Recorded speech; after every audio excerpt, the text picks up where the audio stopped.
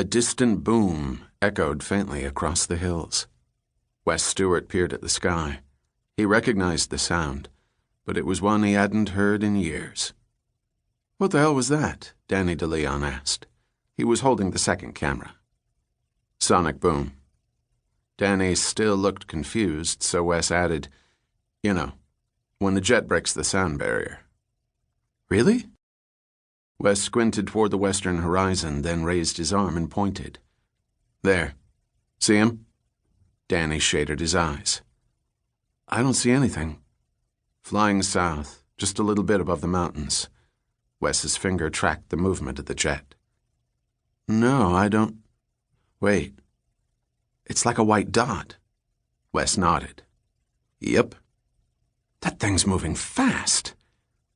"It's a fighter jet, Danny. That's what they do." "Damn." While it was novel to Danny, for Wes it was a reminder of a time when he would have barely noticed a sky full of jets. "You guys set?" Dion Lee, their producer-director, asked from behind them. She was leading a group of 3 others over to the base of the rock formation. The look on her face was pure Dion. 10% annoyed, 15% pissed, and 100% determined. "We got a lot to do today, and I don't want to mess around." "Same speech, different city," Danny said through the side of his mouth.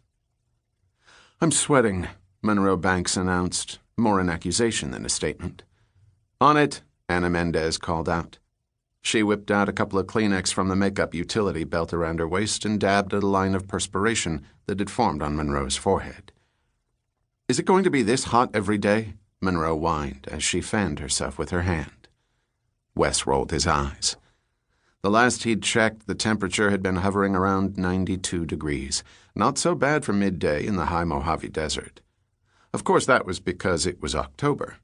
Not August, or July, or September, or June, or even May, when it seldom dipped below 100 while the sun was out. Donning her faux producer mode smile, Dion stepped over to the spot she'd picked out earlier, then turned back to the others. "So, Monroe, we'll have you stand right here for the intro shot. Behind you, we'll see the empty desert. Then, as you finish, look to your right and follow the rock up. Wes will mimic your movement with the camera. Danny, I want you to get a wide shot from down the slope. Try to get as many of the formations—" "Pinnacles," Wes corrected her. "As many pinnacles," Dion said, smirking, "as you can into the frame." Danny gave her a nod. "Will do." He shuffle-stepped down the small slope into position. Their location was the Trona Pinnacles, a group of tufa deposits that stretched in an east-west line across the dry bed of Searles Lake. It was a few hours north of Los Angeles and 20 miles from Wes's hometown of Ridgecrest, California. The pinnacles had been formed by an ancient sea, and the best way Wes had ever heard them described was as a bunch of giant, caveless stalagmites. Allison Pringle, the tallest member of the crew, slipped behind Wes. "Where do you want me, so I'm not in your way?" she asked. Wes pointed at a spot a few feet behind his position. "There should be good." She touched his arm just below his shoulder. "Thanks." She smiled, then moved off. While Monroe moved into position, Dion glanced at Allison. "Are we good with sound?" "Monroe, can you give me a level?" Allison wore a pair of headphones that allowed her to monitor both Monroe's voice and any ambient noises the host's mic might pick up.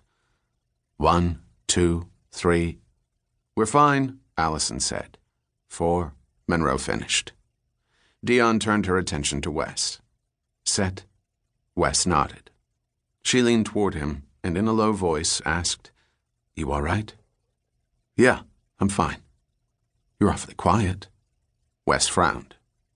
"No, I'm not." "Whatever you want to think, but yeah, you are." She did a quick check of the rest of the crew, then said, "All right, Monroe, whenever you're ready."